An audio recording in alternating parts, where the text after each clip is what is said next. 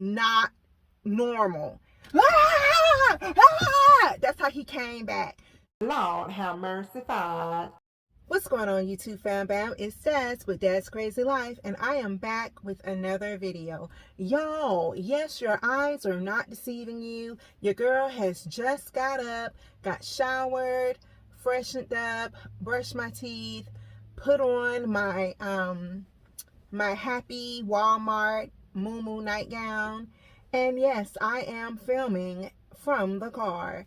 Now, as you guys have already read by the title, this is going to be a creepy nursing moment that happened during a code blue. This really happened. I was really there, and there were a lot of witnesses, because if you know anything about nursing, it could be 10 to 20 people in that room when a code blue is happening, or a rapid response, right? So I'll jump right into the video. Listen, you guys, again, I am a Christian and I have my belief system, and you all have many different belief systems, and that is okay. Please, you guys, let's remember to be respectful. But I am not lying to you. I saw this happen. So without further ado, let's get in the video.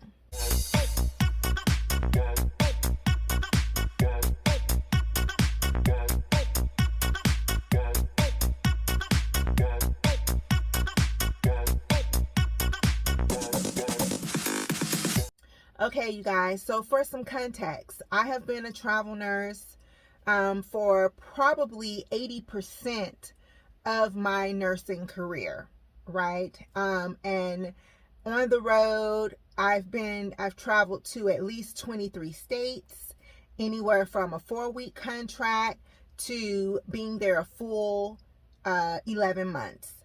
So I have seen some things, okay? But this story in particular, I'm not going to tell you where I was in the country. I was on a travel assignment, and I'm not going to tell you any identifying markers so that I do not violate HIPAA, okay? So anywho, this was an older gentleman. He was definitely a frequent flyer. On this particular day, this particular shift, I was not his nurse. But during a code, we all come in together, and I have been his nurse before.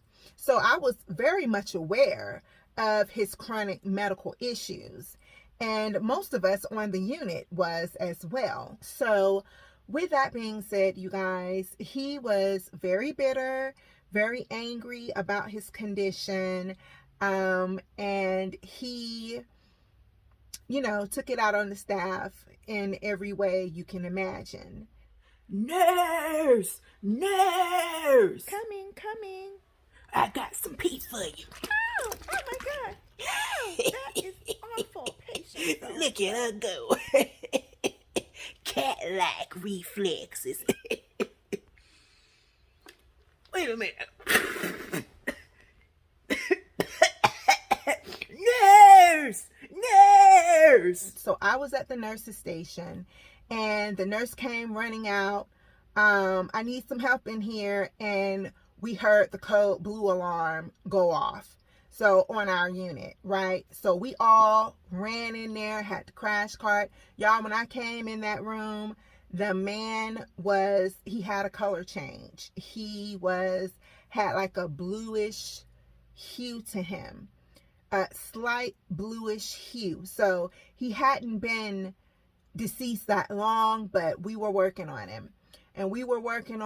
I was doing compressions, so I was right in his face. And then when I got winded, we changed, and we probably was on our third change, and it was my turn again to do compressions again. So we were pushing all of the resuscitation meds.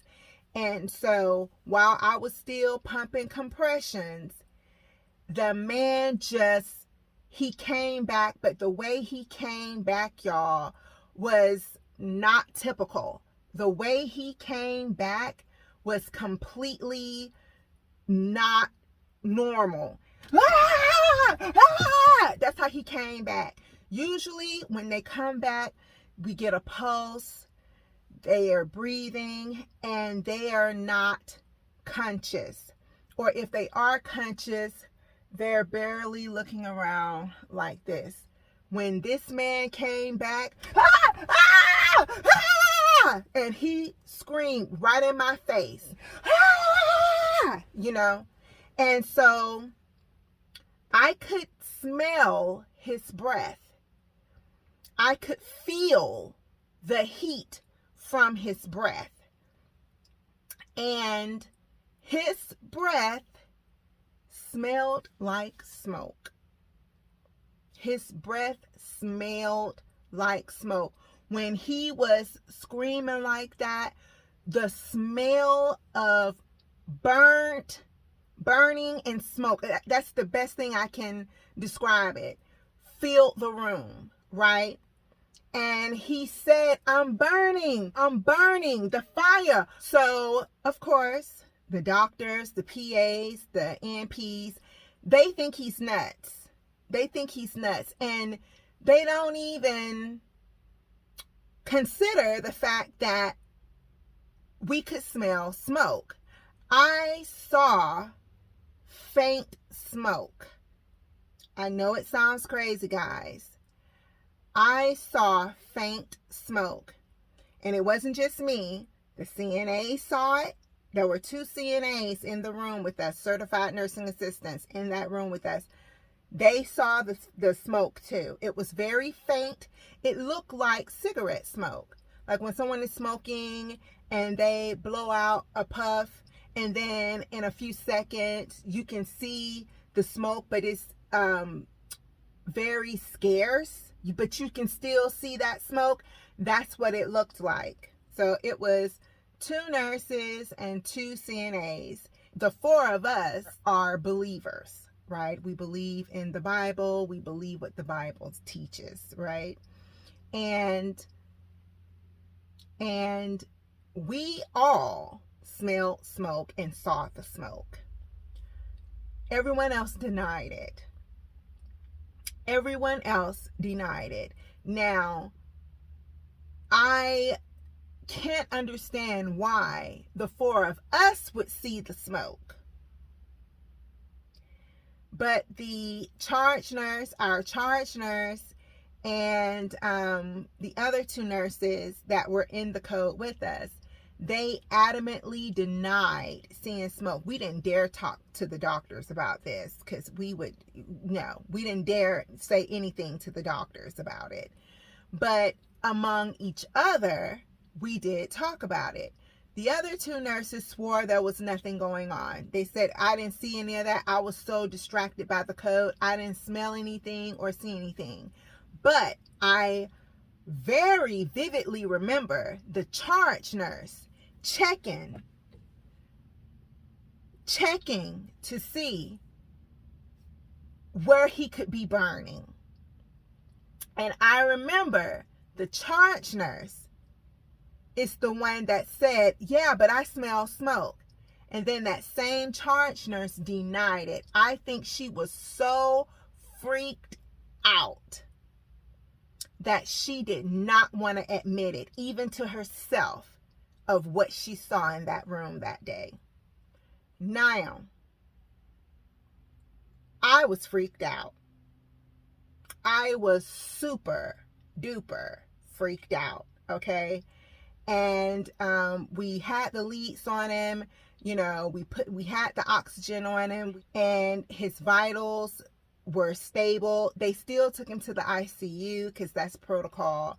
After a code, we transfer them to the ICU for monitoring, close monitoring. So they did. They transferred him to the ICU, but that man swore he was burning, and he, of course, we were looking. There was nothing on him that was burning him. They was checking the leads to make sure the electrodes weren't burning him. There was no logical explanation for him coming out like that, screaming that he's burning, and for us to smell smoke in the room. Clearly, no one was smoking in there. The next day when I came in, nobody wanted him, right? So he had been downgraded on day shift and brought back to the floor. So when I came in that night, it was all the same staff that was there the night before when that creepy code took place, right? Nobody else wanted him. So of course, the traveler got him, right? You know, because I was the only traveler on the floor. So none of the staff nurses wanted him. So they made me, as the traveler, take him. And I was completely fine with it because I wanted to see if he would tell me what he experienced. Patient so-and-so, later on in the night, he was on that call like, you guys, I'm telling you, every half an hour, like clockwork. That man was calling us for something. He was trying to keep us in the room. It was frustrating. I had 4 other patients that night, but I still came in because I knew he went through something super traumatic the night before. But we did take turns. It would be me, it would be the CNA, it would be the charge nurse. And that's how we did it. Me, the CNA, and charge nurse. But me and my nurses aide went in the most, okay, obviously, because we were his direct care team. So one of the moments when I went in, he said, stay with me for a while. And so I asked him, I said, patient so-and-so, yesterday when you came back, when we were able to resuscitate you, you were screaming and saying that you were on fire, that you were burning. But you were not on fire and you were not burning. None of the electrodes were malfunctioning. You were not burning. And he looked at me and he leaned in. He said, I was burning. I was burning. And I said, patient so-and-so, you were not. He said, where I was burning. And he said, I thought that it was religious, hokey pokey crap. But where I was, it was horrible. And that's all I'm going to say about it. But I was burning. And I could smell my burning flesh. There were maggots eating me. Literally, I could feel them eating me. It was horrible. He said, I'm done talking about it. And, you know, so I let it go. He was through, I was through. And even me as a Christian, it's very hard for me to believe that hell is real. It's very hard for me to believe that part that is within the Bible. It's hard for me to believe that type of punishment in the afterlife exists. But when I saw that patient, when I saw what happened in that room, and there were 3 other witnesses that also saw what I saw and smelled what I smelled, and there was no logical explanation for that at all, I was blown away. My husband is looking at me being a weirdo. What are you doing? You see, I'm recording. Get him. Get on my nerves. Have you guys had any weird and supernatural things that you cannot explain that has happened to you? Please share them in the comments. If you guys want to hear more creepy stories from back when I worked in healthcare, then let me know. If not, then I probably won't share it. Thank you guys so much for watching. Please remember to like, comment, share, and subscribe. This has been Des with Des Crazy Life, signing off. Bye, guys. Lord have mercy, Father.